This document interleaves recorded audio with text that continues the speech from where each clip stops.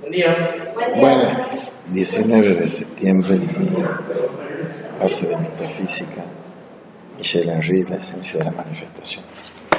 Bien, hoy vamos a empezar la parte más difícil de este curso, porque es el núcleo de la obra máxima de Michel Henry, que se llama La esencia de la manifestación.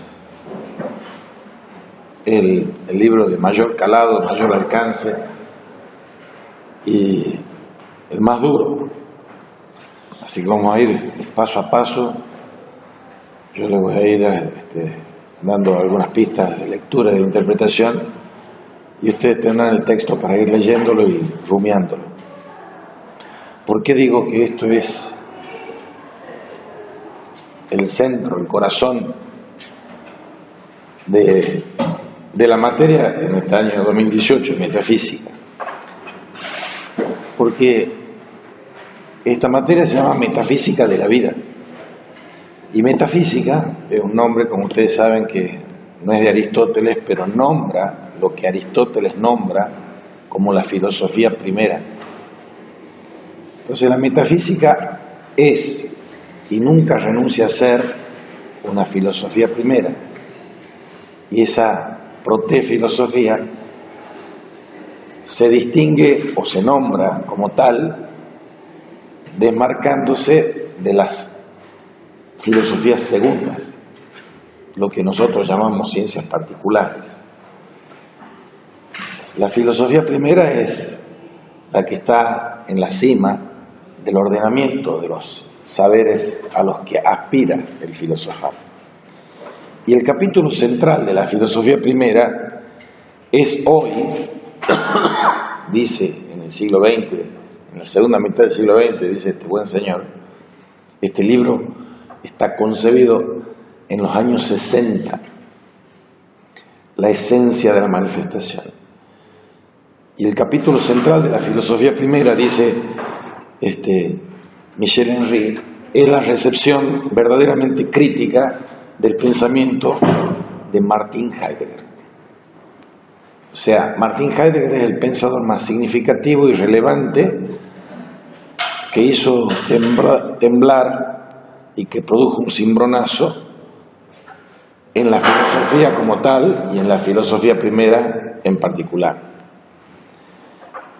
Ahora, hay dos líneas que han abordado, que han recogido el guante de este desafío de repensar la filosofía primera desde una recepción crítica de Heidegger.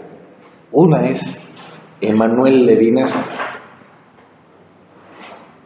y otro es Michel Henry. O sea, dos fenomenólogos que producen a su vez una revolución dentro de la fenomenología. Y la hacen con puntos de contactos y la hacen con puntos de diferencias o disidencias radicales. Michel Henry escribe este libro, que es su obra magna, Esencia de la Manifestación, pocos años después de que una de las obras magnas de Emmanuel Levinas fuese escrita, que se llama Totalidad e Infinito. Y el objetivo que perseguían ambos, Henry como Levinas, en esta recepción crítica de Heidegger, se puede resumir en el intento de liberar a la filosofía primera de todo planteamiento trascendentalista. Como les he advertido, y ya lo estarán percibiendo por ustedes mismos, estamos entrando en aguas procelosas, turbulentas, profundas, pero esenciales del lenguaje del filosofar. ¿Qué es el trascendentalismo? Como tantas otras, la palabra trascendental adquiere significaciones muy diversas, cuando no antitéticas. Mencionemos la mayor connotación antitética o contrapuesta de la trascendentalidad. Lo trascendental, en el sentido de la concepción de los trascendentales de Santo Tomás de Aquino, estamos hablando del siglo XIII, es lo que se ubica en un nivel supracategorial y que está inmediatamente abajo del ser. Se lo digo en otros términos. Si uno tuviese que hacer una escalera de 3 peldaños en el grado de connotación y denotación, o sea, de significación y de extensión de los términos que usamos, el ser es lo que tiene mayor extensión y menor connotación. O sea, ser se dice de todas las cosas, pero ser no se puede predicar de ningún individuo. Los dos extremos en los que se mueve el lenguaje categorial y el lenguaje lógico son el ser por arriba y el individuo por abajo. El individuo es algo de lo que no se puede decir nada. Es un axioma que está presente en la filosofía en general y en el romanticismo en particular. Cuando se dice individuum est inefable, el individuo es lo inefable. Si yo les preguntara a ustedes, por ejemplo, ¿quiénes son ustedes? Se los preguntara personalmente, probablemente ustedes creerían que me podrían responder. Y sería una ilusión. Porque ustedes no pueden contestar quiénes son ustedes. ¿Por qué? Porque la significación de la respuesta a la pregunta ¿quiénes son ustedes? Tiene 1.000.000 o 1.000.000.000 de significaciones. Entonces, un término, se dice en lógica, cuanto más denota, menos connota. Cuanto más extensión tiene, menos intensidad o intención con ese significación tiene. Volvamos a decir, el ser es lo que tiene más extensión y menos significación, y el individuo es lo que tiene más significaciones y no tiene ninguna extensión. O sea, el lenguaje categorial, lógico, predicamental, es un lenguaje que está entre el ser y el individuo. Ni del ser puedo decir nada con significado, ni del individuo puedo decir nada, por eso es inefable. Entonces, lo único que yo puedo decir, de lo único de lo que yo puedo hablar, de lo único que puedo predicar, es de aquello que dice la lógica y repite la ontología: tengo género y diferencia específica. Yo puedo preguntarme qué es el hombre y puedo contestarme en rigurosa y pertinente definición que el hombre es un animal racional, por ejemplo. Animal, género, racional, diferencia específica. ¿Y qué ha quedado fuera de eso? Afuera, relativamente, el ser del hombre y el hombre como individuo de carne y hueso. ¿Y dónde entran los trascendentales aquí? Los trascendentales están entre el ser y el individuo. Los trascendentales están en las categorías, están por encima de las categorías. Las categorías, desde Aristóteles y después en Kant, son los modos de ser y, sobre todo, los modos de predicar el ser. El señor Aristóteles postulaba arbitrariamente 10 categorías. El señor Kant va a establecer con lógica trascendental 12 categorías, 3 para cada uno de los modos de juicio. Volvamos a los trascendentales. ¿Qué son los trascendentales? Son modos del ser que están más cerca del ser que las categorías. Estamos hablando de los trascendentales en Tomás de Aquino, no en Kant. Entonces yo digo que todas las cosas en tanto que son algo bella, verdadera, buenas. Esos son los trascendentales. Todas las cosas que son algo bella, verdadera, etc. Entonces, si yo me pregunto, como les he preguntado a ustedes así en esos jueguitos pragmáticos que hacemos, ¿las cosas son verdaderas porque yo las conozco o yo las conozco porque son verdaderas? ¿Las cosas son bellas porque a mí me gustan o a mí me gustan porque son bellas? ¿Las cosas son buenas porque yo las quiero o yo las quiero porque son buenas? Y a esa pregunta, los adolescentes o los adultos que siguen pensando como adolescentes contestarán que las cosas son buenas porque yo las quiero, las cosas son bellas porque a mí me gustan, las cosas son verdaderas porque yo las conozco. Eso no contesta Tomás de Aquino. Yo conozco porque son verdaderas las cosas. Yo quiero porque son buenas las cosas.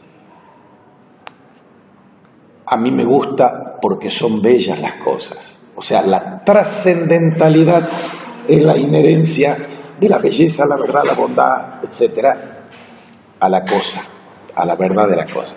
Ese es el primer sentido de trascendental. Recuerden que estamos tratando de ver esto que se nos dice aquí, de que la recepción crítica de la mayor filosofía primera ontológica, que es la de Heidegger, se hace de la mano de dos señores que revolucionan la fenomenología. Uno es Levinas y otro es Michel Henry. Y los dos, este es el punto en común, están tratando de salirse de la trascendentalidad. Veamos ahora la segunda acepción de trascendentalidad. La segunda noción de trascendentalidad está en Kant. Y en Kant se ha producido, como él mismo lo dice, una revolución copernicana. Antes, el sol en torno del cual giraba todo era la cosa, la res, la realitas. Entonces, la verdad de la cosa era la verdad actual de la cosa, que era captada por el intelecto humano, finito, que aprehendía esa verdad de la cosa. O sea, el acto estaba en la verdad de la cosa y el intelecto posible o potencial era el intelecto creado. Pero ¿por qué se podía decir con Tomás de Aquino que la cosa era verdadera? La cosa es verdadera porque el intelecto divino la piensa. Entonces, la cosa es el acto respecto de la inteligencia finita y está en potencia respecto de la inteligencia divina, finita, infinita, creadora, que es Dios. El sol, entonces, para la filosofía primera, es la verdad de la cosa, o el bien de la cosa, o la belleza de la cosa. Cuando llega Kant, que viene precedido por Descartes, ya no es la verdad de la cosa, el sol, sino es el sujeto trascendental kantiano. Entonces, en torno del sujeto girarán como satélites o planetas los objetos. Y viene la cuestión fenoménica kantiana o fenomenológica, si quieren. Entonces, yo no conozco la verdad de las cosas, porque, dice Kant, la cosa en sí es incognoscible. Para yo conocer algo, tengo que conocer, y fíjense, menciono la palabra algo, que es un trascendental para tomar de aquí, ¿no?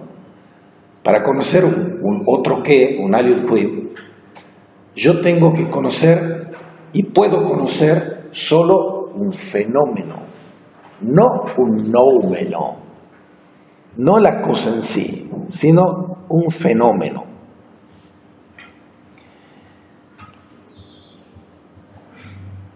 El problema está aquí, o si quieren ponerlo hiperbólicamente, el misterio maravilloso está aquí en este paso kantiano de la crítica y del conocimiento del fenómeno, del que puedo conocer, en que Kant dice que la metafísica, o sea, la filosofía primera, es, no lo dice así literalmente, pero conceptualmente está diciendo eso, es al mismo tiempo imprescindible e imposible. Es imprescindible porque la metafísica es necesaria y por eso la crítica de la razón pura consumará su itinerario en la dialéctica trascendental. Las tres partes de la crítica de la razón pura son la estética trascendental, la analítica trascendental y la dialéctica trascendental. 3 veces nombrada la palabra trascendental. Y la trascendentalidad implica las condiciones de posibilidad de conocer algo. Y yo puedo conocer algo, dice Kant, si hay juicios sintéticos a priori. Y los juicios sintéticos a priori se componen de 2 elementos. Son las intuiciones sensibles, puras, a priori, y las categorías, los conceptos puros. Entonces, estamos haciendo este recorrido para ver la revolución de Levinas y de Henry para salirse de la interpretación de Heidegger, que es la revolución de la filosofía primera o metafísica en el siglo XX. Entonces, ahí hemos llegado a un punto común de Levinas y de Henry. Veremos el punto divergente entre uno y otro. La divergencia fundamental está en que la resignificación de la filosofía primera en Levinas se hace en nombre de la ética. La ética es la única filosofía primera para Levinas. La metafísica es ética y la ética es metafísica, dicho en nuestros términos. En cambio, para Michel Henry, la filosofía primera tiene que ser entendida como ontología.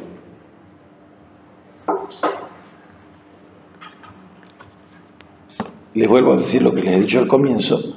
Hemos llegado al punto más difícil, más arduo, pero esencial de la materia de este año, que es el libro La esencia de la manifestación de Michel Henry. Y lo que estoy haciendo ahora es un prolegómeno, un proemio a ese libro.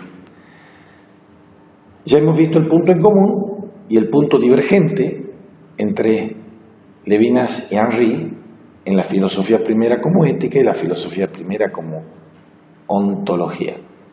Ahora veamos cómo engancha esta comunidad de intereses filosóficos y esta divergencia de intereses filosóficos en relación con Heidegger. Uno de los núcleos centrales de la revolución ontológica que inicia Heidegger es lo que él llama la diferencia ontológica. Y la diferencia ontológica significa la diferencia entre el ente y el ser. Lo que Heidegger está intentando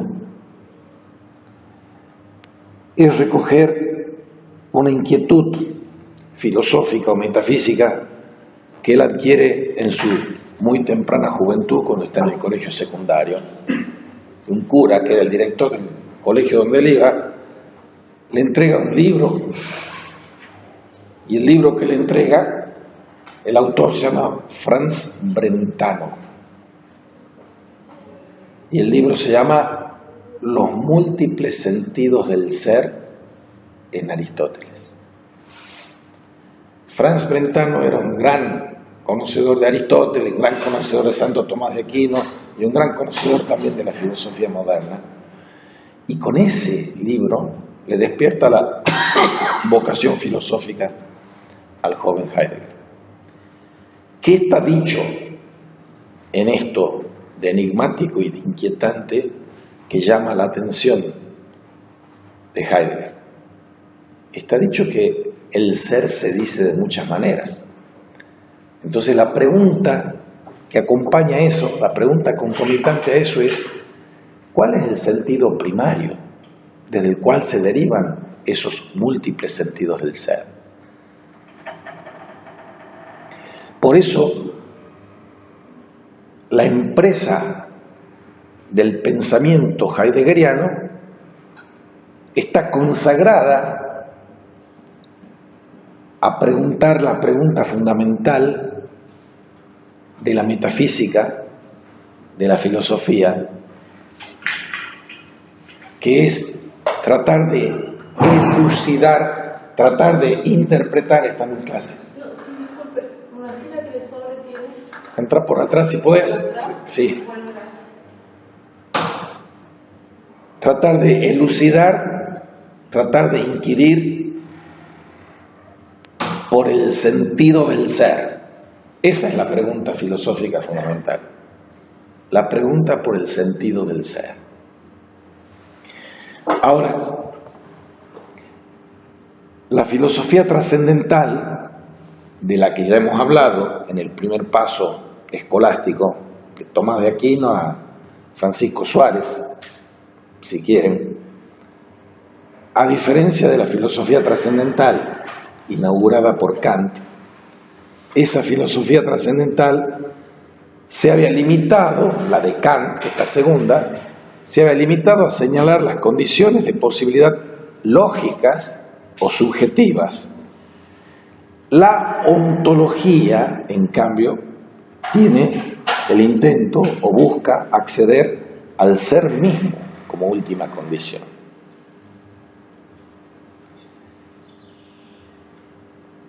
Eso en cuanto a la ontología. Y la ética, viendo desde la línea levinasiana, busca acceder a la cuestión metafísica primordial, que es la alteridad radical de lo mismo y de lo otro. Le voy a hacer un muy apretado resumen de todo lo que tenemos que ver aquí, incluyendo lo de Levinas, para que vean hacia dónde tenemos que dirigir y todos los pasitos pequeñitos que vamos a ir dando para llegar a eso. Lo mismo y lo otro. La ipseidad es la mismidad. Y la alteridad es la otreidad. Eso nombra las dos palabras claves de Henry y su ontología y de Levinas su ética. Y los dos están en una recepción crítica que lo hacen en nombre de una reformulación de la fenomenología, en la recepción crítica de la ontología fundamental de Heidegger. Lo interesante y espinoso y arduo, este es el punto de divergencia mayor entre Levinas y Henry, es que uno lo hace en nombre de la alteridad y la trascendencia, Levinas, y el otro lo hace en el nombre de la ipseidad y de la inmanencia, Henri, y ambos criticando la forma de concebir el ser de la ontología fundamental de Heidegger. Con ese parrafito que les acabo de decir, he resumido todo lo que tenemos que ver aquí, pero eso, claro, es solo el titular de la cosa. Y ahora vamos a entrar un poquito más en detalle. Cualquier cosa de las muchas que queden oscuras o que quieran explicación, me paran. Profesor, Sí. la pregunta antes que concluya con este tema, planteaba hace un momento la relación de Heidegger con el libro de Brentano, que encuentra acento Heidegger muy joven. Sí. Desde su punto de vista, el interés de Heidegger por ese libro de Brentano tiene que ver también con las inquietudes de Heidegger por la búsqueda de una teoría de la significación que conceda algún tipo de lugar a la equivocidad. Linda pregunta. Tenemos que dar un curso entero sobre eso, pero Heidegger hace un trabajo que él cree que es sobre la teoría de la significación en Duns Scoto, que en realidad no lo ha escrito Duns Scoto, sino Tomás de Erfurt, que trata esos temas. Heidegger es un joven católico. El cura que le da el libro es un cura católico. Brentano había sido cura católico. Discípulos de Brentano, que Brentano es la revolución inicial, son Freud y son, sí, señores como Husserl. Brentano acoge en la escolástica y de la escolástica la cuestión de la intencionalidad.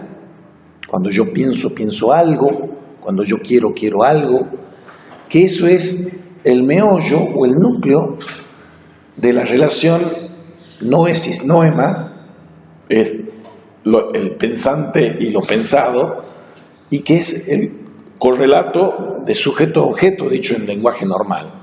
Ahora, en la Edad Media, la filosofía escolástica articula la cuestión de lo uno y lo múltiple, la cuestión de los universales, y en lo que vos preguntás, ellos van en una vía media entre el univocismo o monismo y el equivocismo. Y esa vía media se llama analogía entis.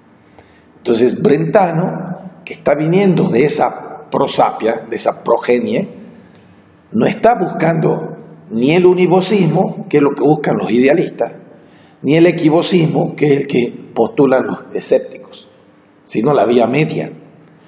Heidegger está en ese paraguas de significación filosófica. Él no está postulando un equivocismo. Después madurará y se apartará del catolicismo como sistema, dice él, y entonces empezará a hablar con su lenguaje más críptico de la errancia del ser, no del error. Porque el error es una cuestión que se puede imputar a un sujeto finito, pero la errancia es la del ser. El ser se oculta y se desoculta. No es el hombre el que desoculta y oculta el ser. Entonces la errancia, que sería una hipérbole de la equivocidad, es una errancia del ser. Eso es otro tema. Pero es muy interesante porque Heidegger no ha sido siempre Heidegger, y Heidegger ha sido muchos Heideggers. Y además pensaba, ¿sí? el interés posterior, no tan posterior, en relación con este interés por Brentano, por las investigaciones lógicas de Husserl, ¿no? En donde también, según los biógrafos, estaba interesado en ver cuestiones íntimamente vinculadas con la teoría de la significación. Por supuesto. Ese ya es el paso siguiente. Claro, por eso, sí. Porque entre las investigaciones lógicas de las que se convierte en un fan Heidegger, como lector, cuidadoso, meticuloso y genial. Y el libro de Brentano, cuando él está en el secundario, en el último año del secundario, están todos los estudios que él hace sobre mística medieval, sobre San Agustín, sobre San Pablo, todas esas cosas de filosofía de la religión, en lo que él estaba haciendo, engrosando su currículum para ser profesor de la cátedra del Concordato, que es lo que aquí es filosofía medieval, por decirlo así, aunque aquí no se llama del Concordato. Entonces, todo ese colchón de filosofía y teología son los preludios de la llegada a las investigaciones lógicas. Entonces, la cuestión de la significación es una maduración respecto de la teoría de la significación de la lógica medieval y de Tomás de Erfurt o de Duns Scotus que él estaba estudiando, en el momento que todavía permanecía bajo el paraguas de los estudios de impronta católica. Bien, les decía que nos centremos ahora, ya hemos visto un poco la relación de convergencia y divergencia, de comunión y división entre Henry y Levinas, como ipseidad y alteridad, como inmanencia y trascendencia, respecto de una recepción crítica de la ontología fundamental de Heidegger. Por eso la ontología para Levinas es como una mala palabra. Tiene un escrito que se llama "Es fundamental la ontología para criticar toda ontología", porque el ser es el que contamina toda civilización, hay que salir del ser, está diciendo Levinas. En cambio, para Henry hay que resignificar y replantear la ontología. De esto trata este libro, con mucho detalle, con mucho análisis, y vamos a tratar de seguirlo, por lo menos en algunos puntos, y destacar aquí cuál es la originalidad de Michel Henry en este emprendimiento.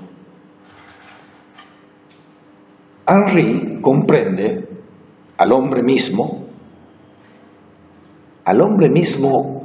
como viviente, a la vida en el hombre, lo entiende no como un ente en el interior del horizonte del ser. Repito, no entiende al hombre como un ente en el interior del horizonte del ser. Entender eso bastaría para comprender cuán radicalmente está tomando distancia de Heidegger. Porque para Heidegger el Dasein, el ser ahí, el estar, que no es el hombre, él no quiso hacer, Heidegger, una antropología filosófica, sino una ontología fundamental. Ese ser ahí es un ente privilegiado, dice Heidegger, en cuyo ser le va la pregunta por el sentido del ser, dice Heidegger. Entonces, primera acepción levinasiana, el hombre no es un ente, el hombre es, si queremos quedarnos con un participio presente, es un viviente, no es un ente, es un viviente. Y el ser de mi ser viviente, singular y concreto, no se puede ni se debe tratar de entender en el horizonte del ser. Por eso, aquí de nuevo viene un acercamiento, aunque lo han hecho casi en simultáneo sus dos obras maestras, Levinas y Henry, un acercamiento a que los dos están saliendo del ser, una salida del ser. Y les decía que está condensado toda la crítica lapidaria a Heidegger por parte de Henry, que es salir del horizonte del ser. La palabra horizonte es una de las palabras claves de la fenomenología husserliana. Si yo digo horizonte, es, para usar una metáfora más cercana a nosotros, es como decir que yo voy al cine, a un cine de verdad, no a Netflix, ni a la televisión, ni al streaming. Cuando voy al cine, me siento en la butaca y el horizonte es la pantalla. Entonces, yo veo como en el primer cine filosófico, que es la alegoría de la caverna de Platón, veo sombras en ese horizonte. Pero esas sombras son ilusorias, me dice Platón, porque yo estoy condenado a ser un espectador de algo que no es la realidad, algo que no es la verdad. Y uno de los condenados es liberado y sale. Y el camino de salida para ver las cosas a la luz del día, a la luz del sol, a la esencia de la manifestación. Toda filosofía es una fenomenología. Pero hay dos tipos de fenomenología. Una fenomenología del mundo que reclama el horizonte y que reclama la distancia entre el que ve y lo visto, la separación, y otra fenomenología que es la fenomenología de la vida. La fenomenología primera es la que inventaron los griegos y la que siguen repitiendo los filósofos y los científicos hasta el día de hoy. Se llama Stephen Hawking, Einstein o Nietzsche o lo que sea.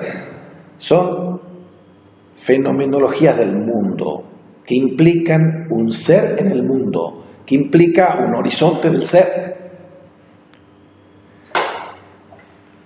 La ontología de Henry es sin mundo, sin exterioridad, sin trascendencia, sin éxtasis. Y todos nosotros tenemos como interiorizado que todos somos seres en el mundo, y el mundo es el continente exterior, la pantalla del cine en el que yo veo las cosas. Y lo que yo veo así, por más que haga el camino ascendente para salir de la caverna, sigue siendo una fenomenología que no es radical, que no es absoluta, que no es material. O sea Platón, Parménides, o Heidegger, o Husserl, o Kant, yo estoy en todas ellas en una fenomenología del mundo, no una fenomenología de la vida. Bien, esa es la originalidad de Henry, plantear esa originalidad de llegar a la experiencia de mí mismo, que es una experiencia absoluta, subjetiva, carnal.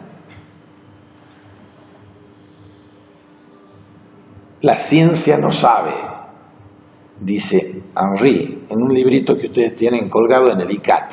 La ciencia no sabe, que tendrían que haber leído como complemento de La barbarie. Están a tiempo de leerlo todavía. ¿Qué es lo que no sabe la ciencia? La ciencia no sabe lo que sabe todo el mundo común y corriente, el mundo del hombre de la calle, varón o mujer, el mundo del sentido común. Todos sabemos absolutamente que estamos viviendo, y lo sabemos porque lo sentimos y porque lo experimentamos. Vivir es experimentarse a sí mismo viviendo, con la autoafección, veremos después. Esa es la originalidad de Henry, dicho en forma quinta esenciada, plantear una metafísica de la vida, una fenomenología de la vida, como una recuperación de la ipseidad, de la inmanencia, en ese saber absoluto de experimentarme viviendo. El patos, no el logos. No hay ningún científico ni ningún filósofo, suelo decir, que pueda explicarme a mí lo que yo sé sin que me lo expliquen, que estoy viviendo. Y menos aún, si cabe, ningún científico, por más que sea ciencias cognitivas, neurociencias o biologías moleculares o física cuántica, ninguno me puede impugnar mi saber. Mi saber de hombre común y corriente, y cuanto más iletrado, más ciertamente sé lo que sé, que estoy viviendo, el científico o el filósofo no me puede impugnar ni explicar. Eso es lo que está diciendo Michel Henry. El saber absoluto es el saber del patos y de la autoafección. Ese saber es de una verdad que es la más originaria de las verdades. Y esa verdad originaria soy yo mismo. La verdad originaria soy yo mismo, mi ipseidad. ¿Qué quiere decir que la verdad más originaria de la que soy capaz soy yo mismo? Quiere decir que la verdad más originaria la experimento en mi carne subjetiva, no en mi cuerpo objetivo, sino en mi carne subjetiva.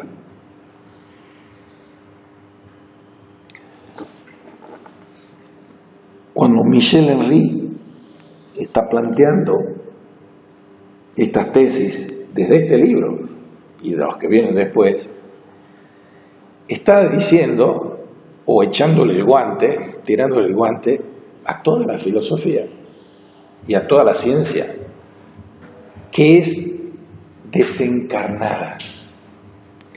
Que si habla de cuerpos objetivos, no de carnes subjetivas. Körper es cuerpo objetivo, cuerpo físico. Leib es carne subjetiva. Leib en alemán se parece a Leben, que es vida.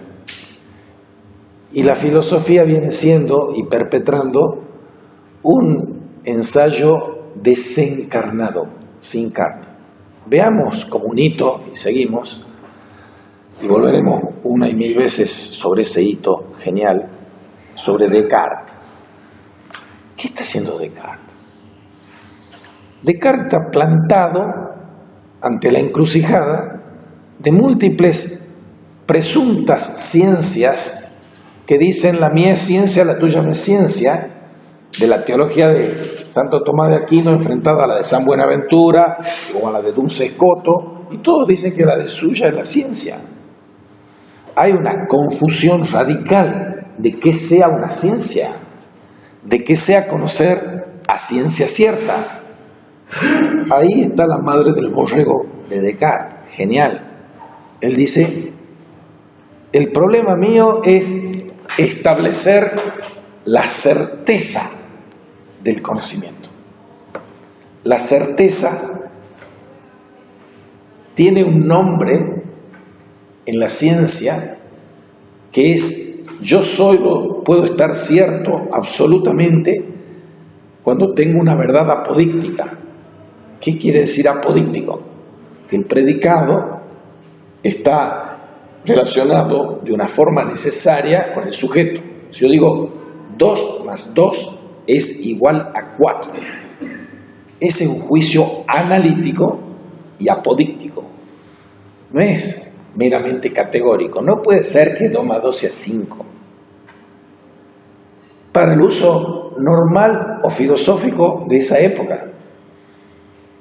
Hay algunos que están diciendo que 2 más 2 es 5 y tienen muy sesudas metafísicas reflexiones porque parten de que el principio de no contradicción no es una regla absoluta. Por ejemplo, el nominalismo.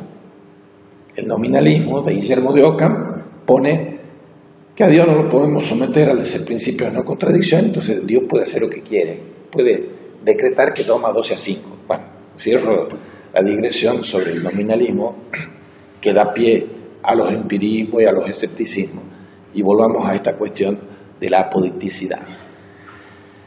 La evidencia absoluta, la evidencia apodíctica en un juicio es lo que está buscando el señor Descartes.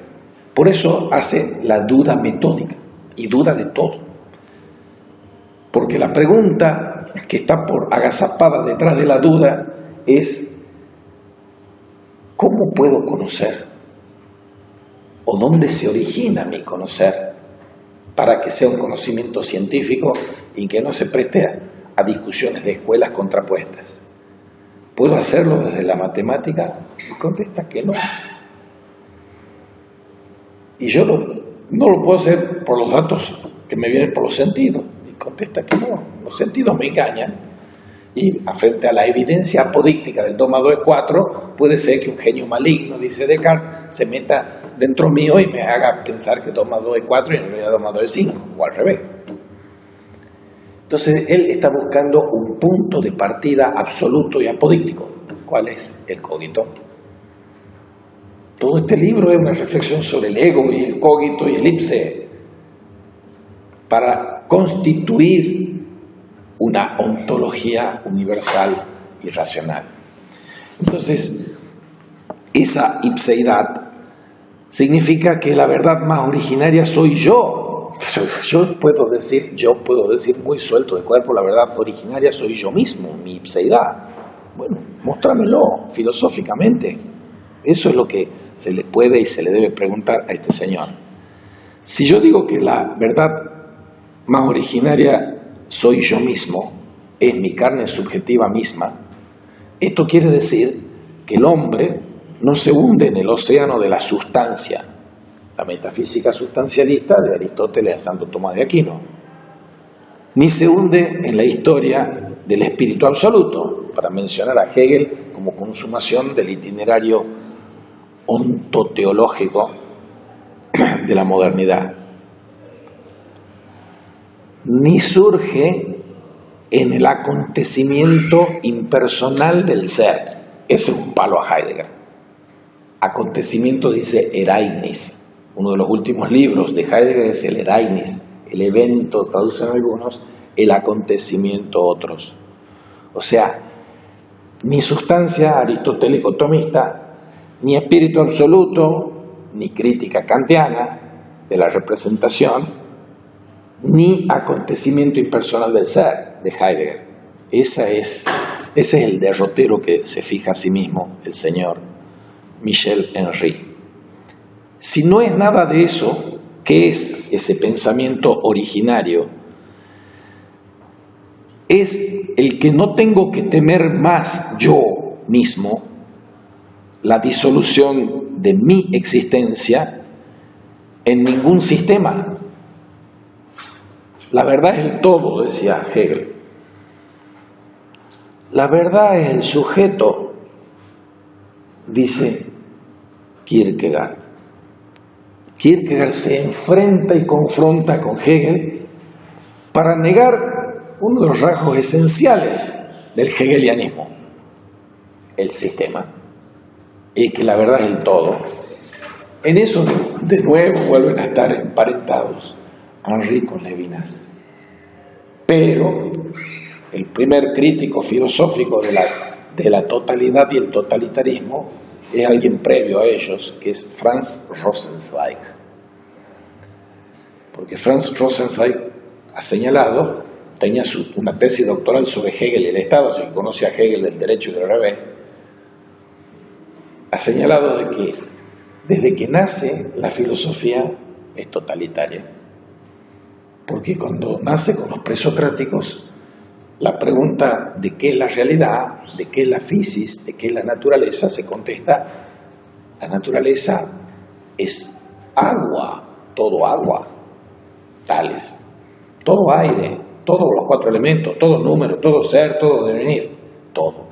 La pulsión y la compulsión a abarcar el todo. No lo inventa Hegel, está en los genes, en el ADN del filosofar. El problema es que esa totalidad, esa pretensión de totalidad teórica, se transmuta en un totalitarismo práctico y político, muchas veces, si no todas. Valga la palabra todos aquí.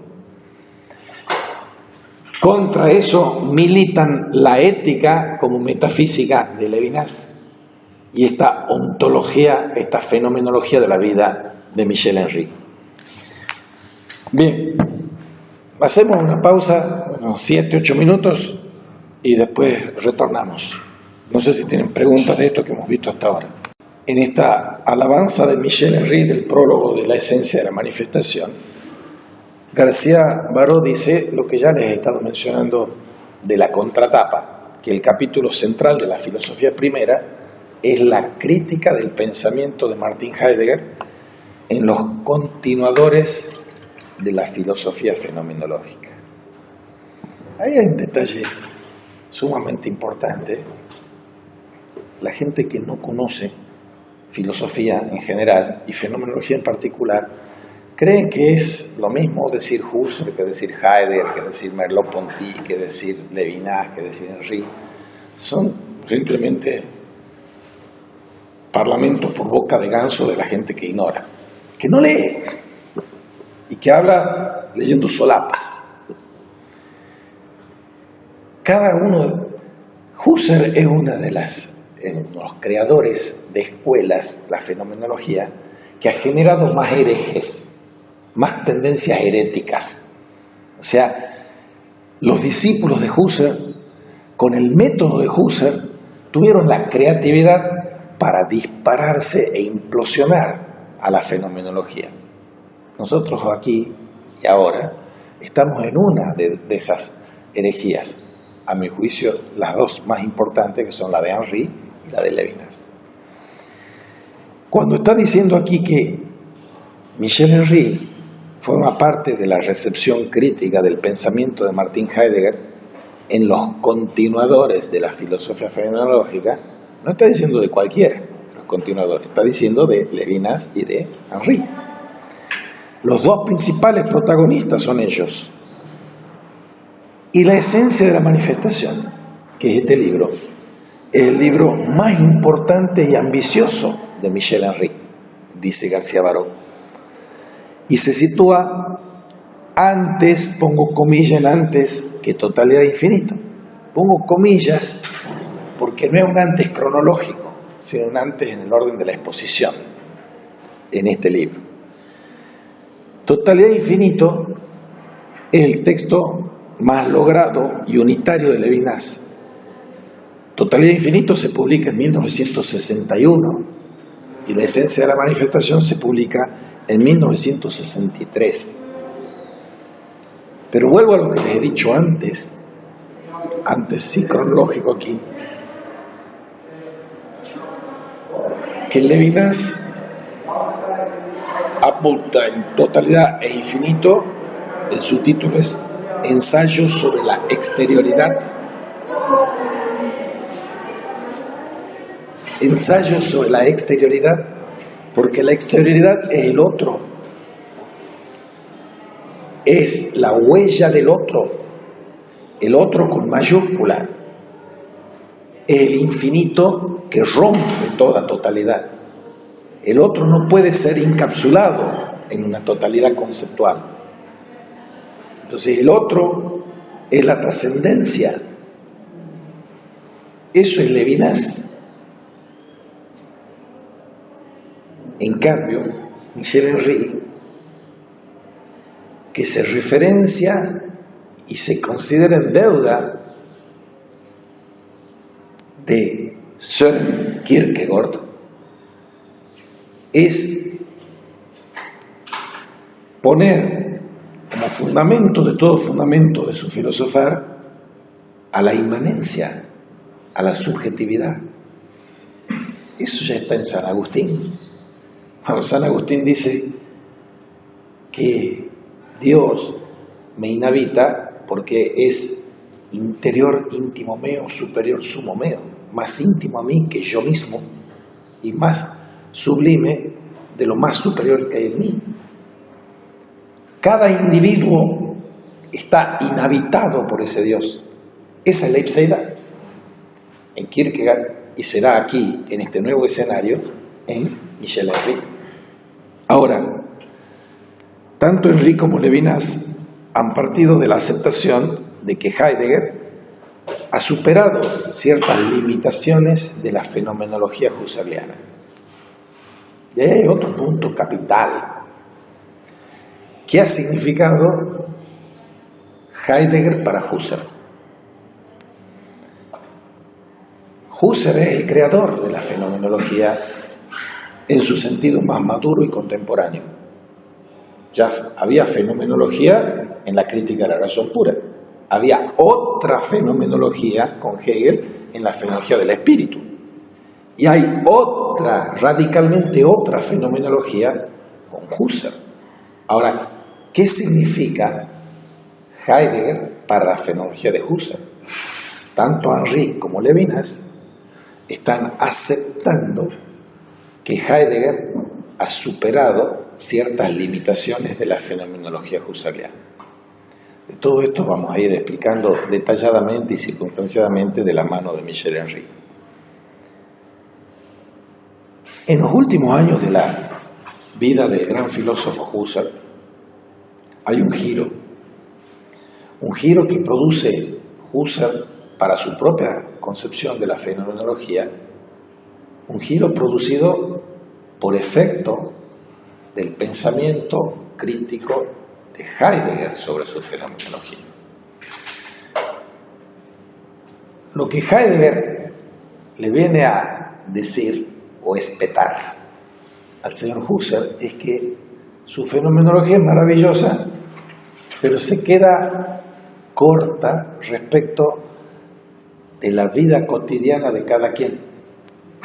Cada uno de nosotros vive su cotidianidad y esa es una ontología que es la facticidad y la hermenéutica de esa ontología. Es un curso previo a Ser y Tiempo en el que habla de la facticidad de la vida, Heidegger, cotidiana.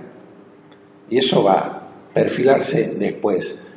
Entonces, cuando le hace esa crítica, lo tuyo es maravilloso, pero a pesar de que nos ha ayudado a criticar el psicologismo, la concepción naturalista, le dice a Husserl, te has quedado corto con la vida.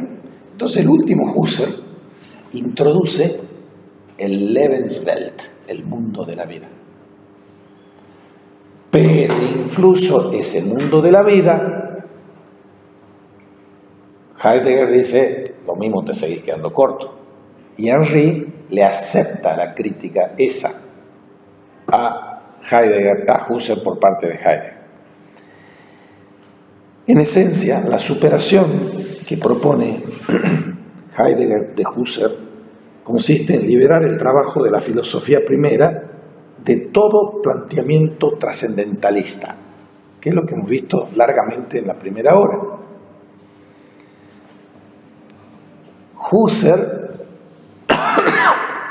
no era Kant, se acercaba más a Descartes con sus meditaciones cartesianas que a Kant, pero Husserl tenía resabios y residuos del trascendentalismo kantiano, porque para Husserl, incluido ese último Husserl, hay una egología trascendental, hay como una monadología. Entonces lo que Heidegger dice, cortemos con esa trascendentalidad. Y le da a la derecha, el señor Henry, dice, estoy de acuerdo con vos. Hay que seguirlo a Heidegger en esa crítica al resabio o residuo trascendentalista de Husserl. Por eso hay que volver, dice Heidegger, y acepta Henry, a la ontología. En algunas de sus genialidades, Husserl habla de ontologías regionales. Pero acá se trata de volver a la ontología con mayúscula, a una ontología fundamental con Heidegger. O sea, la fenomenología con Heidegger madura hacia una ontología. Y esa premisa es la que acepta Henry, pero la discierne críticamente diciendo que la ontología en Heidegger está puesta a la luz tiniebla, a la luz tiniebla de la diferencia ontológica entre el ser y los entes. La diferencia ontológica es uno de los núcleos del pensamiento heideggeriano entre el ser y los entes. Una gran tesis de Heidegger es que a lo largo de la historia de la metafísica y de la filosofía, los hombres se apegaban en la letra a la gigantomaquia del ser, que está en el sofista, el Parménides, en Platón. Y decían que se preguntaban por el ser y en realidad se estaban preguntando por los entes. Hay una diferencia ontológica entre el ser y los entes. Acuérdense del libro de Brentano, los múltiples sentidos del ser. Los múltiples sentidos son las múltiples regiones ontológicas, pero subsiste o persiste la pregunta liminar y primordial de Heidegger: ¿cuál es el sentido primario del que se derivan estos sentidos secundarios? Entonces, aquí nos está diciendo que hay que entender el empeño ontológico a la luz tiniebla de la diferencia ontológica entre el ser y los entes. Hasta ahí Heidegger.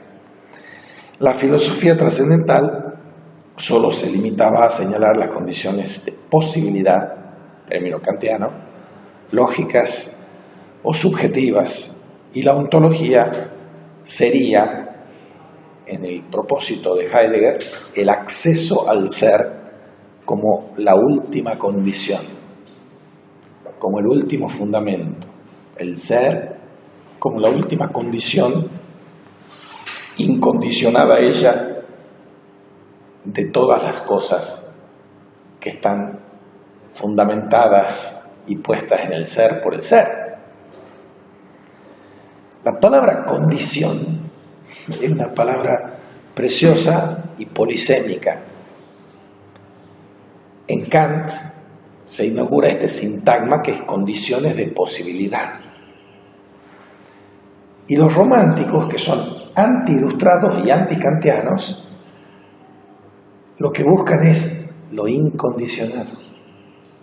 Porque dicen, tenemos que ponerle un cepo a la crítica de Kant, que me impone condiciones y me impide llegar a las cosas mismas.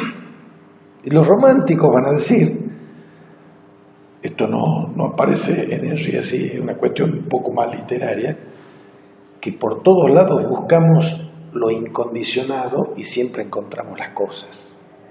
O sea, la búsqueda de lo incondicionado es también una pulsión de la filosofía. Si yo quiero entender o tratar de entender y de explicar todo, quiero poder ir a la raíz de todo. ¿Cuál es la raíz de todo? Entonces, lo que Heidegger dice se ha quedado muy por las ramas y no ha ido a la raíz. Hay que ir a la ontología. Y le resumo brutamente, después lo vamos a hacer analíticamente, lo que Henry dice: hay que ir a una ontología que sea fenomenológica, pero radical, no formal, como Heidegger. Ontología fenomenológica radical, fenomenología absoluta, fenomenología pura, fenomenología material, fenomenología, en suma, de la vida. Y es así que llegamos de nuevo a esta palabra clave de la metafísica de la vida, que es la palabra vida. Porque a mí no me interesa buscar el ser ahí como un ente privilegiado que en su ser va a la pregunta por el sentido del ser. Me interesa la vida en el ser humano, en el hombre. Y esa vida, ese ser viviente en el hombre, no se puede interpretar, como hemos dicho, como un ente en el interior del horizonte del ser. Esa es la tesis fundamental o cardinal de Henry. La ontología esta, como ontología fenomenológica radical, es una metafísica de la vida que se manifiesta a sí misma, se dona a sí misma, se revela a sí misma, y que no hay nada que la pueda limitar, constreñir, coaccionar. Salir de la prisión del horizonte del ser. Una fenomenología que quiere ser una ontología, pero quiere salir del mundo como ser en el mundo. Quiere salir, valga la aparente redundancia, salir del éxtasis. El éxtasis es la salida del ser. Salir de la trascendencia, salir de la exterioridad, salir de la objetividad. Éxtasis, exterioridad, objetividad son un afuera, y el afuera es lo malo, dicho mal y pronto. Para Henry, el afuera es lo bueno, dicho mal y pronto para Levinas. Pero el afuera es un éxtasis para Heidegger. Entonces, es más radical en un sentido la crítica henriana a Heidegger que la crítica levinasiana. En otro sentido no, que veremos. Porque la vida es la esencia del hombre. Y la vida, la esencia de la vida es la manifestación. La esencia de la manifestación, eso es la vida. Y hay que partir de la vida para llegar al ser, y no partir del ser para llegar a la vida. Cuando después veamos la genealogía del psicoanálisis de Michel Henry, veremos cómo la revolución metafísica que producen Schopenhauer y Nietzsche quedan aún prisioneras en su vitalismo de un esquema extático exterior de la representación, y hará un desmontaje de esas tesis geniales de Schopenhauer y de Nietzsche para mostrar que ahí aún hay éxtasis, ahí hay aún exterioridad, ahí hay aún representación, objetividad, que son las bestias negras para Michel Henry, las bestias negras metafísicas. Bien, si el hombre mismo o la vida en el hombre es no el ente interpretado en el horizonte del ser, sino que es la esencia misma de lo humano, la vida, a partir de la cual el ser, en su diferencia respecto de los entes, se proyecta y se funda. Se proyecta y se funda.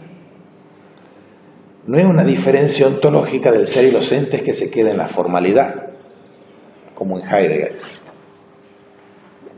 Ahora, hablemos de la diferencia. Identidad y diferencia es un breve escrito de Heidegger. En esas dos palabras está contenida buena parte de la historia de la metafísica, sobre todo moderna o tardomoderna y contemporánea. Porque Hegel, por ejemplo, es la más fabulosa filosofía sistemática como sistema de la identidad. Y si yo hablo de un sistema de la identidad, estoy hablando al mismo tiempo de que la identidad esa absoluta se fagocita la diferencia. Si yo tengo la dialéctica, la tesis de la dialéctica, tengo una identidad que es universal, pero indeterminada. Tengo como antítesis una diferencia, que es una determinación.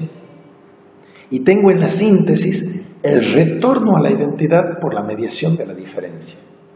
Y la diferencia, que es la antítesis, queda absorbida y fagocitada por la identidad. Entonces tengo la solución dialéctica hegeliana de llegar a una identidad diferenciada.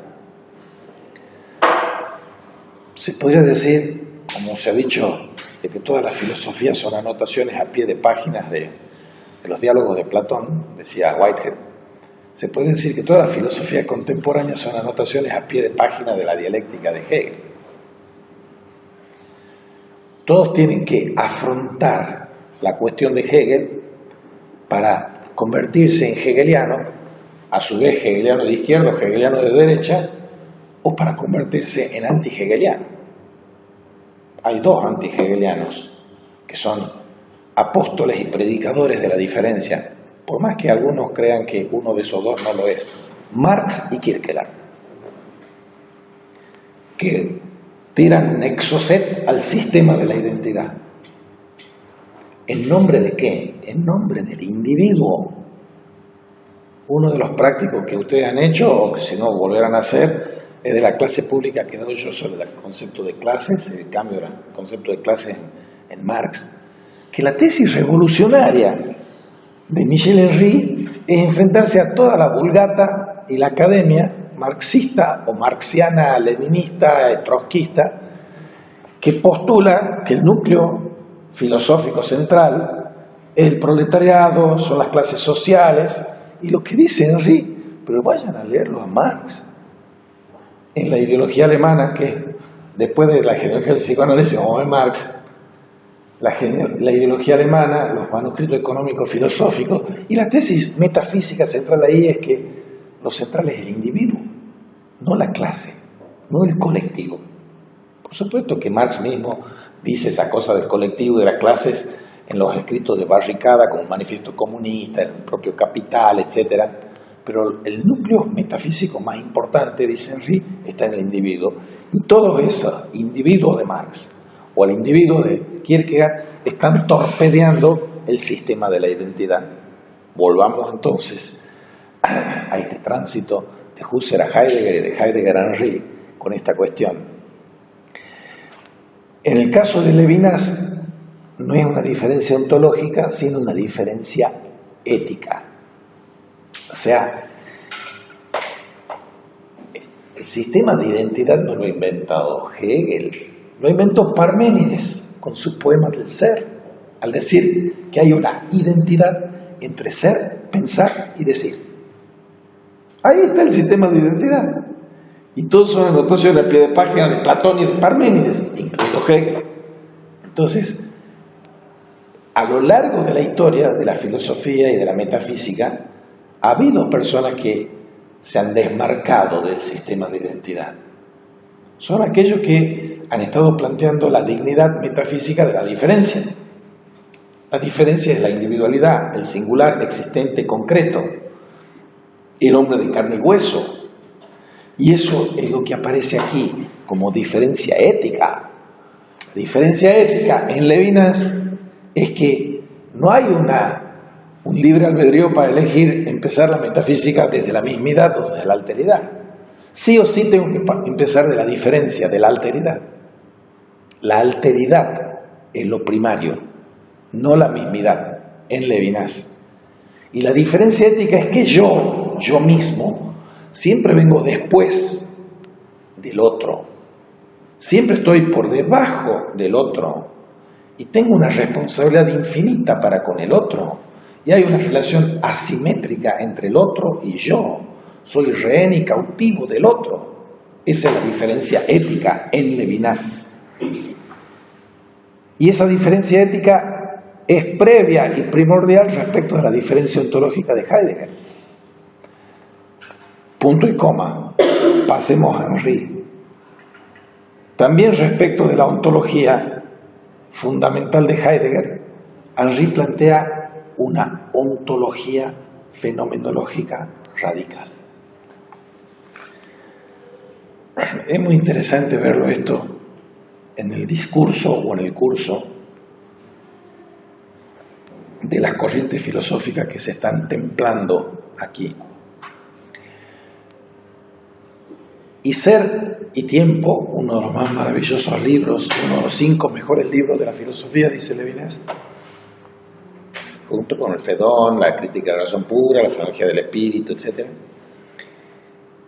Ser y Tiempo es una simbiosis genial y original de Heidegger entre fenomenología y hermenéutica.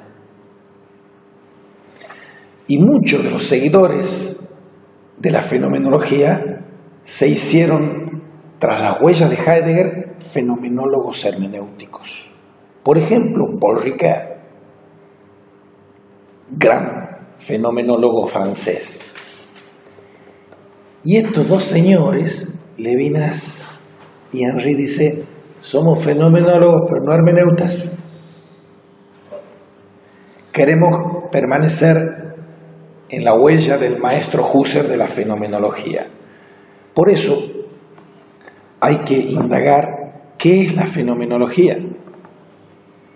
Y una primera aproximación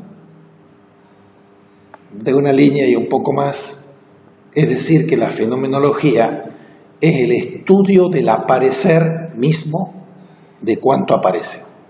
Repito, la fenomenología es el estudio del aparecer mismo de cuanto aparece.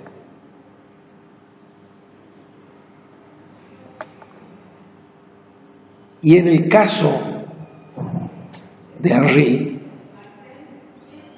es imperativo realizar la fenomenología no como ética, sino como ontología. O, inversamente, la ontología como fenomenología.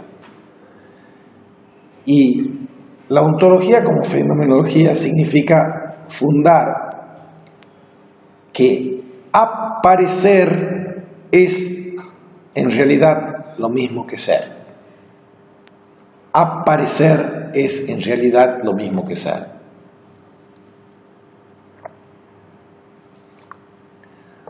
Fíjense todos esos bellos enredos de la historia de la metafísica que nos plantea esto. ¿Qué dice Platón? De la apariencia y de la esencia. La esencia es lo que es y la apariencia es lo que no es. Entonces, le predicamos y atribuimos ser a la esencia y le quitamos el ser a la apariencia. Cuando viene Kant y dice, y la cosa en sí es una X, y yo no la puedo conocer esa X. Lo que puedo conocer es lo que se me aparece a mí como sujeto trascendental. Pero me ha puesto una X que me cerró el paso para la ontología. La ontología no es un término tan antiguo, viene del siglo XVIII de un señor que se llama Goclenius. Y había una división que a su vez viene de Christian Wolff, un antecedente de Kant, que había 4 metafísicas. Una metafísica generalis, que se llama ontología, y 3 metafísicas especiales. La teología natural o racional, que es la de Dios, la cosmología racional o natural y la psicología racional o natural, o antropología. O sea, la ontología tiene ese fundamento nominal precrítico e idealista alemán. Aquí me está diciendo que tenemos que llegar a una ontología como fenomenología y una fenomenología como ontología. ¿Cómo supera el cepo de la X agnóstica Hegel? Hegel dice, concibamos una fenomenología del espíritu, que es como decir una fenomenología de la razón. Poner fenomenología del espíritu lo hubiese hecho saltar de su tumba a Kant. Si es fenomenología, es lo que la ciencia puede conocer. Y yo no puedo conocer qué es el mundo, qué es el yo y qué es Dios. Para eso está la dialéctica trascendental. Yo puedo pensar eso, pero no lo puedo conocer. Entonces, Hegel intenta superar el cepo agnóstico de la ontología, planteando una ontoteología, que es una metafísica del concepto y una metafísica que no solo puede, sino que lo único que conoce cabalmente es la cosa, la realidad. Concepto y realidad efectiva son lo mismo para Hegel. Pero después, muerto el perro, se acabó la rabia. Cuando muere Hegel, vienen surgiendo al galope los positivismos, los materialismos, los empiriocriticismos. Y todos ellos dicen, Hegel está muerto, se acabó el idealismo, ahora hay que atenerse a los hechos, a las cosas, solo a las cosas. Y surge otra correntita que dice, bueno, muerto Hegel, pero nosotros seguimos tratando de vivir, somos los neokantianos. Esas son las dos corrientes con las que se enfrenta Husserl, la del positivismo y la del neokantismo. Entonces, la superación fenomenológica, pero no ontológica, que hace Husserl, va a conducir al enclave o a la encrucijada en la que se planta Heidegger. Y Heidegger dice, fenomenología para mi ontología, pero una fenomenología que al mismo tiempo es hermenéutica. Y después viene Michel Henry y dice, ontología fenomenológica radical, pura, absoluta, material. Eso es metafísica de la vida, que sigue a Heidegger e impugna a Heidegger, porque la de Heidegger ha sido un avance respecto a Husserl, pero se ha quedado corto, porque Heidegger no ha salido del éxtasis de la exterioridad y de esa objetividad, entre comillas, aunque no use el término. El programa filosófico de Michel Henry consiste entonces en la realización de esta ontología como fenomenología y no como hermenéutica. Esa es la diferencia con Heidegger. El programa de Levinas ha tratado de llegar más lejos que el programa de Henry, porque el programa de Levinas significaba que la filosofía primera no puede limitarse a ser una ontología. Es mucho más radical que Heidegger para criticar la ontología Levinas. Es ética. La filosofía primera es una ética. O sea, la ética es la metafísica y la metafísica es ética. Y nadie más, y ninguna disciplina más es metafísica que la ética, con la primacía del otro. Ahora, esa primacía del otro en la ética primera es a la vez una religión para Levinas. Religión no en el sentido tradicional del término, sino en la religación inescindible, indisoluble de mi mismidad con la alteridad. Yo soy yo mismo, no proviniendo de mí mismo, ni poniéndome a mí mismo en el ser, sino proviniendo del otro. ¿Qué es lo primero que aparece en el libro del Génesis? ¿La mismidad o la alteridad? Y depende de qué lado de la interpretación de la serpiente en el paraíso se ponga uno. Según Hegel, esto es literal. Heine, el poeta, dice que Hegel es como la serpiente en el paraíso, que dice, coman del árbol de la ciencia del bien y del mal y serán como dioses. O sea, según Hegel, es la mismidad, el sistema de la identidad. Y según los otros que no somos hegelianos, interpretamos que lo primero es la alteridad.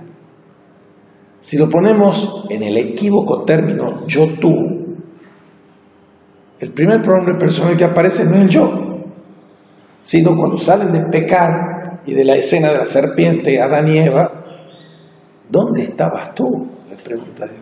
No dice dónde estaba yo. Y además no le preguntaba dónde estabas tú porque le interesaba el dato de dónde estaba. ¿Dónde estabas tú? Segunda escena. Caín viene de matar a Abel. ¿Dónde está tu hermano? ¿Qué has hecho con tu hermano? El fratricidio. O sea, lo primero es el tú, no el yo. Lo primero es el otro, no el mismo. Esa es la diferencia ética con la primordialidad del carácter de la otredad o la alteridad. En uno de los prácticos que harán ustedes, que hemos hecho en clase pública, difícil democracia. El tema ese de difícil democracia, hay un texto de Levinas que se llama Difícil libertad, y le contesta a la distancia y desde otro continente, siendo muy parecidos y hermanos a Levinas, con difícil democracia. Y hay que ver esa difícil democracia para ver la cuestión de cómo se juega en una fenomenología de la vida la intersubjetividad. Bien, volvamos a Levinas para terminar este recorrido que hace García Baró. Levinas lo que está planteando es la primordialidad de la alteridad y la primordialidad de los acontecimientos, a diferencia de la forma de entender acontecimientos de Heidegger, porque acontecimientos en plural y alteridad o alteridades en plural implica que frente a la cuestión de lo uno y lo múltiple, que es la cuestión metafísica central, primordial, las metafísicas o los sistemas de identidad se decantan por el uno y las metafísicas de la diferencia y de la existencia se decantan por lo múltiple. Lo que existe, existe como múltiple, no como uno. Y tenemos la ilusión de que todo va a ser reducido a algún uno. Y la filosofía ha nacido con esa pretensión monista, unicista, y lo que estos dos señores que se llaman Henry y Levinas dicen pluralismo de los existentes o vivientes, pluralismo de las carnes subjetivas, no monismo. La segunda parte de este libro es sobre el tema del monismo, y es el pecado original de toda la filosofía, ser un sistema de totalidad y de identidad. Todos andamos siempre cojeando con esa pata, todos buscamos la identidad, la unidad, el principio de identidad, y cuanto no, el principio de no contradicción, pero para reforzar el principio de identidad. Esa pulsión por la identidad es la que pulveriza la vida del individuo de carne y hueso, es la que mata la vida, valga la aparente paradoja. Hay una filosofía que se orienta hacia la muerte, como el ser para la muerte de Heidegger, y otra que se orienta hacia la vida, como la ética de Levinas o la ontología, fenomenología de la vida de Henry. No es tan complicado, es más bien simple. Uno filosofa para la vida o filosofa para la muerte. Uno hace una metafísica de la vida o hace una metafísica de la muerte. Y así andamos hasta el día de hoy. Con eso. Sí, dígame. Para mí, nosotros somos vivientes que participan de la vida con mayúscula, ¿verdad? Sí, la palabra participación es muy jorobada, así que te la concedo y después te la voy a desconceder, pero seguí. Y eso no sería, o sea, que somos vivientes en esa vida. ¿No sería también...? No, no somos vivientes en esa vida. Somos vivientes. Y la vida es la vida. La vida absoluta es Dios. Y nosotros no somos Dios, ni vamos a ser Dios nunca. No es vivientes en esa vida, no. En el rey. Y como digamos, ya, si no es participación, ¿cuál es la palabra, digamos, si no es participación? ¿Vos te has dado vos mismo la vida tuya? No. O sea, hay alguien que te ha dado la vida y vos que la recibí. Bien. Y la recibí con un testamento y con un legado. Cuídala. Y no renuncias a ella. Y es el legado que tenemos todos. El instinto de conservación más cercano a lo animal que tenemos es el instinto y pulsión de vida. Y no es que hay un combate en el ajedrez de la vida entre el tánatos y el eros, la pulsión tanática y la pulsión erótica como quiere Freud. No, te he equivocado, Freud. Es la vida el absoluto. Y nosotros somos vivientes, recipiendarios o receptores de esa vida, a quienes se nos encomienda, dándonos no solo la vida, sino la ipseidad. No solo la ipseidad, sino los poderes y las facultades de querer, de conocer, de apetecer. Todo eso ha sido dado a nosotros por la vida absoluta, que es Dios. Pero en la concepción filosófica, fenomenológica de la vida, Dios Padre es la vida, a una interpretación filosófica trinitaria. Dios Hijo es el Hijo de Dios, hijo con mayúscula. Archihijo es para Henry. Nosotros somos hijos con minúscula en el Hijo con mayúscula. Somos hijos de Dios, hijos de la vida. Nosotros somos hijitos con la H minúscula de la vida. Entonces, no podemos escindir nuestro ser viviente de nuestra recepción de la vida, la recepción de nuestra ipseidad. Pero lo que nosotros más queremos, pongo comillas en queremos, es renunciar a la vida, renunciar a la ipseidad. Estamos todos con una religión, no como la de Levinas, sino la religión de andar prendidos los displays de los teléfonos inteligentes, de los iPads. Esa es la religión que tenemos hoy. Es una religión de la idiotez, de la alienación, del enceguecimiento, de la estupidez. Y en eso andamos, así masivamente, como borregos. La alienación es la cuestión grave que tenemos nosotros. Y estamos alienados y adorando con idolatría a los dioses del mercado, a los dioses de la lujuria, a los dioses del poder. Y perdemos lo único que no debiéramos perder. ¿A quién? A nosotros mismos. Dice Kierkegaard, ¿quién es Dios? Dios es el poder que me hace ser yo mismo. ¿Cuál es el mandato que Dios me da a mí, en mi carne subjetiva? Que sea yo mismo. Y nosotros tenemos miedo a la libertad, miedo a la verdad, queremos que venga algún conductor que nos conduzca a la vida, porque en la película de nuestra vida actuamos con papeles de extra y secundario, no somos protagonistas, y todos tenemos que militar en la vida propia, en la vida de la subjetividad, no del subjetivismo. Entonces, Michel Henry está haciendo una recepción de eso que ya está planteado en Kierkegaard, y está planteado en Marx, y está veladamente planteado en Schopenhauer, Nietzsche y Freud, veladamente y equívocamente además, como veremos.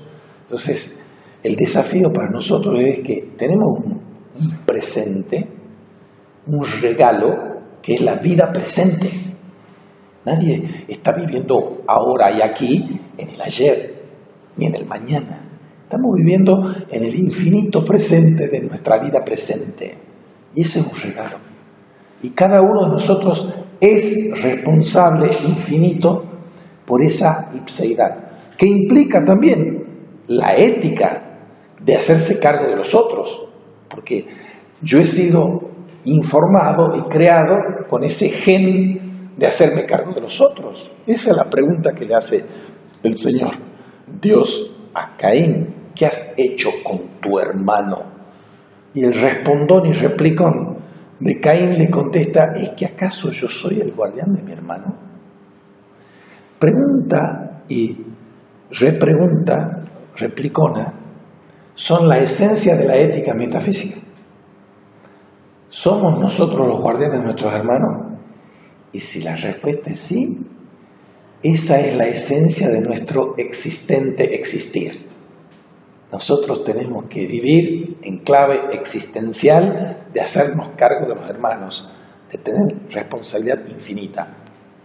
Pero es la consecuencia metafísica extraordinaria. Las palabras claves de la metafísica ilustrada y romántico ilustrada, mujer a la cabeza, son verdad y libertad. San Juan 8:32 dice: la verdad os hará libres. Enciclopedia de las Ciencias Filosóficas de Hegel, en compendio: la libertad os hará verdaderos. La embriaguez por la verdad que tiene la filosofía tardo-moderna se transmuta en el señor Heidegger. La libertad, lean sobre el concepto de libertad en Schelling, un libro de Heidegger. Heidegger era un borracho romántico del abismo de la libertad.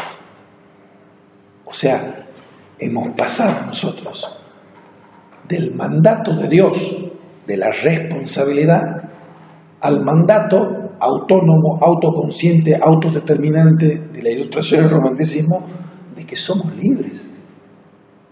¿Y dónde está escrito que somos libres más o antes que responsables? Y no nos metamos en la otra cuestión que hay que meterse cuando uno ve estas cosas, en que, bueno, pero la responsabilidad es la otra cara de la libertad. No, la responsabilidad es la responsabilidad metafísica previa a la libertad.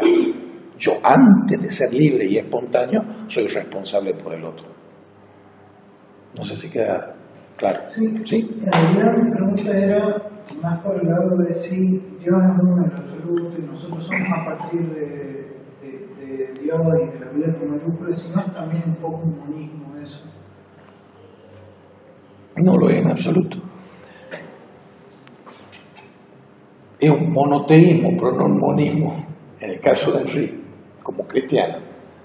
Y el monoteísmo no es un moneísmo, porque el monoteísmo es trinitario. Y ahí viene la cuestión, otro práctico que ustedes tienen que hacer ahora, que he dado en clases públicas, de una fenomenología de la comunidad. La cuestión de la comunidad es una de las cuestiones más difíciles, interesantes, imprescindibles y maltratadas por la filosofía. La comunidad. Nosotros no nos salvamos yendo en un auto individual o en bicicleta, sino que nos salvamos en colectivo, se dice metafóricamente. Si hay salvación para el existente humano, es en la comunidad y por la comunidad. La comunidad es el cuerpo místico en el lenguaje cristiano. Pasemos al cristiano protestante Hegel, el último Hegel. ¿Y dónde está la salvación para Hegel? En la comunidad de los filósofos. El yo que es un nosotros y el nosotros que es un yo. Entonces, la cuestión de la comunidad, inicialmente, originariamente, estoy hablando del siglo III, siglo IV, es la cuestión de la Trinidad, la Santísima Trinidad. La Santísima Trinidad es un monoteísmo, a diferencia del islamismo y del judaísmo, que son tres personas y un solo Dios. ¿Y de en qué comulgan y en qué consiste la comunión trinitaria? Comulgan dos cosas, en el amor y en la palabra, en el verbo. Es comunión de amor y comunión de palabra. Ahora, ese Dios que es uno trino, crea toda la creación y dentro de la creación crea a este ser particular que es el hombre y lo crea no solo con una imagen de Dios, una imago Dei, sino con una imago Trinitatis, una imagen de la Trinidad. Esa es la antropología teológica de San Agustín y de todo cristiano. Dios nos crea a imagen de la Trinidad. Y todas las comunidades filosóficas, metafísicamente entendidas, son un intento de asemejarnos a la comunidad trinitaria. Tu pregunta, ¿no es un monismo? No, no es un monismo. Es un comunitarismo divino, que es, valga la mala palabra, un paradigma para toda comunidad. Y nosotros vivimos enredados en sociedades, socialismos o societariedades, y desconocemos que la comunidad es de un orden superior, metafísicamente superior a la sociedad.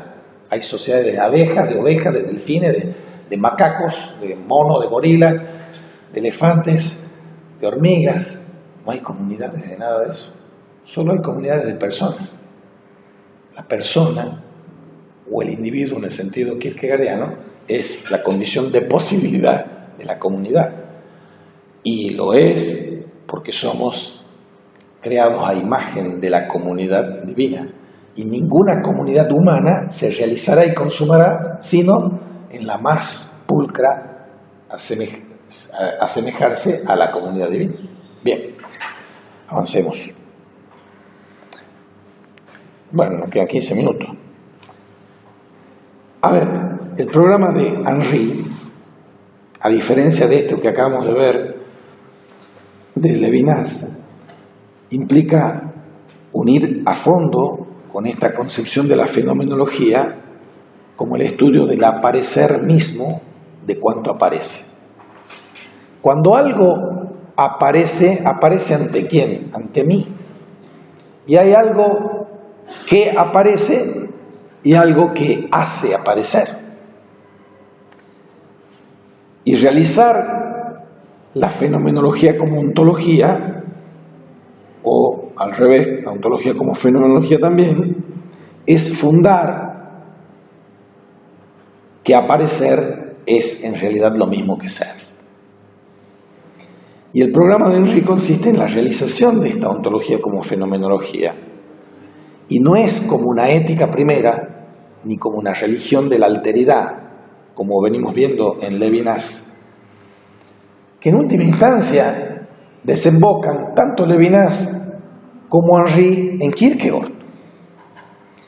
Por Kierkegaard es el verdadero filósofo de la existencia del existente, el verdadero filósofo del hombre de carne y hueso, el verdadero filósofo de la carne subjetiva, el verdadero filósofo que es eso porque es cristiano además. Entonces, el judío Levinas, con ciertas críticas que no tiene el cristiano Henry, y el cristiano Henry están referenciados a la verdadera filosofía de la existencia, no a la de Heidegger.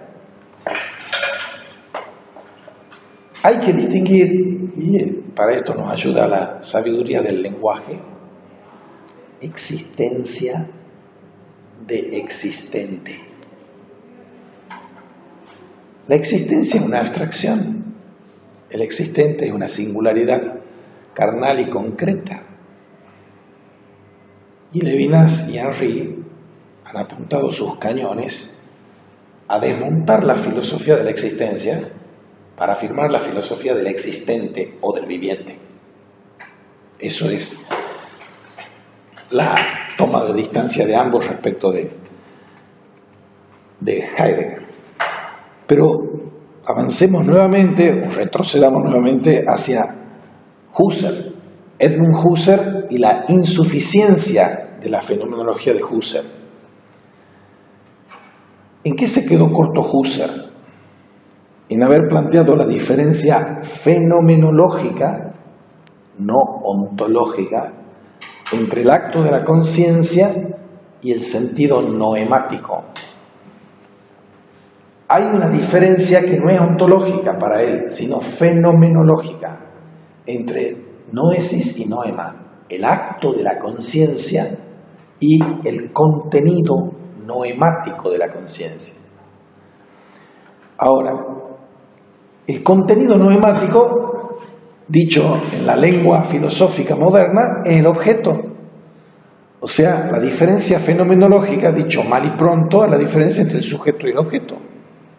El sujeto que piensa, siente, y el objeto pensado, sentido, percibido, etc.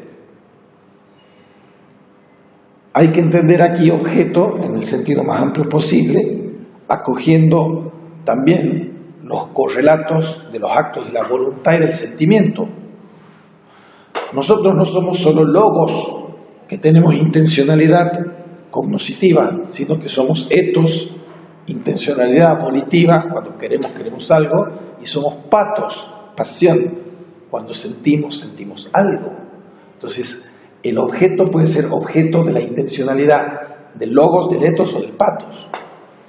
Ahora, si se entiende la intencionalidad de la conciencia, o mejor dicho, el acto de la conciencia, como una propiedad del ente, por la cual propiedad el ente se vierte al descubrimiento de los demás entes posibles, surgen aquí múltiples problemas que se dejan atrás como si fuesen enigmas radicales, y se le plantea a Husserl que ocuparse de filosofía primera significa concebir una filosofía que de verdad sea digna de ese nombre.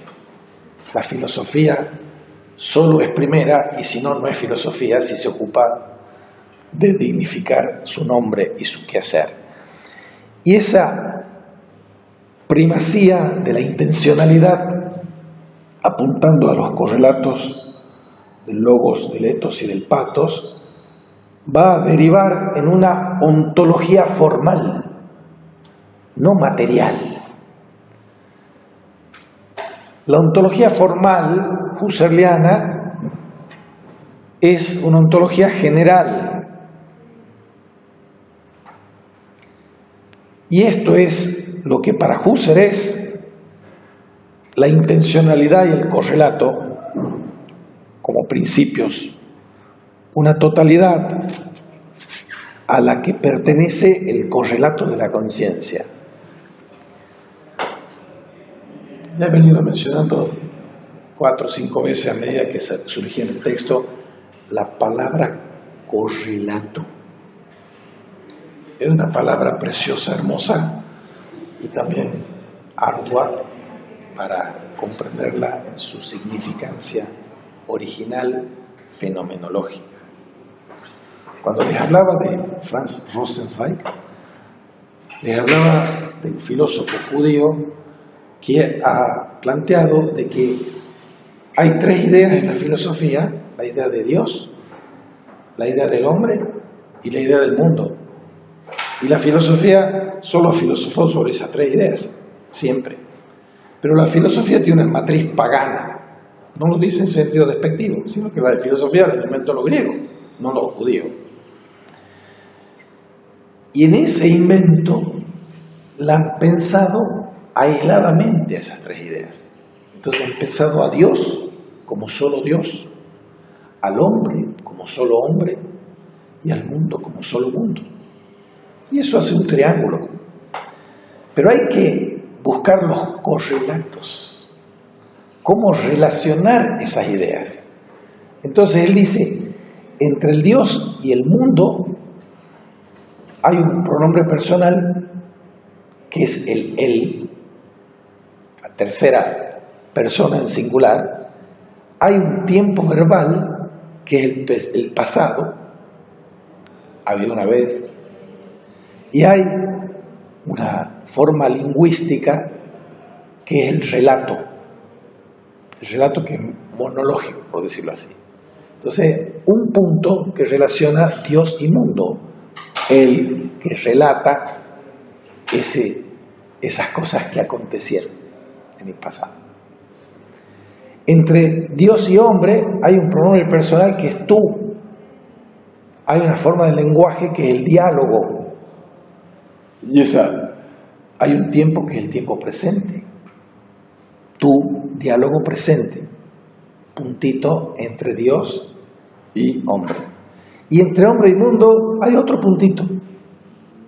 Y ese puntito es tiempo futuro, primera persona del plural, nosotros, y relato, el coro.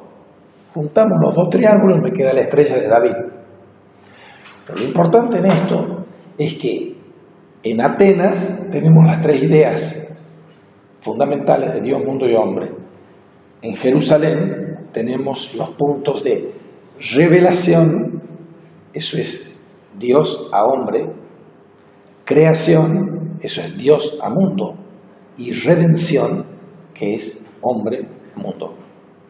Los correlatos.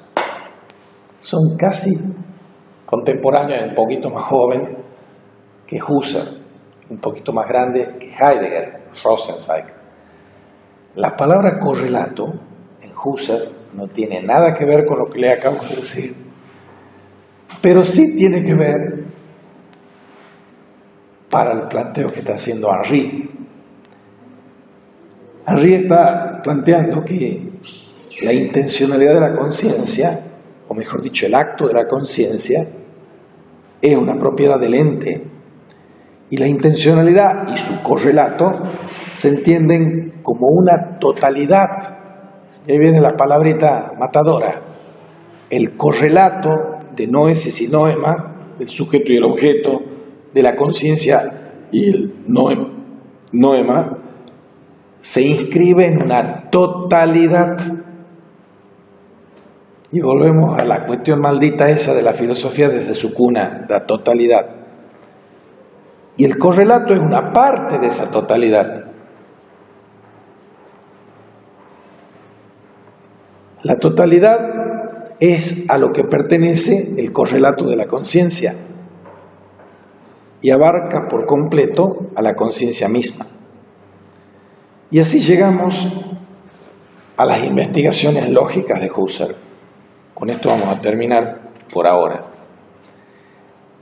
Las investigaciones lógicas de Husserl se conciben y publican al comienzo del siglo XX, 1900-1901. Y esas investigaciones lógicas de Husserl, una de las obras más maravillosas de la filosofía, estaban destinadas a hacer vacilar, pese a las declaraciones en contrario de Husserl, un realismo sin duda ingenuo. Hay que superar el realismo ingenuo y el naturalismo. Y hay que superar también el psicologismo.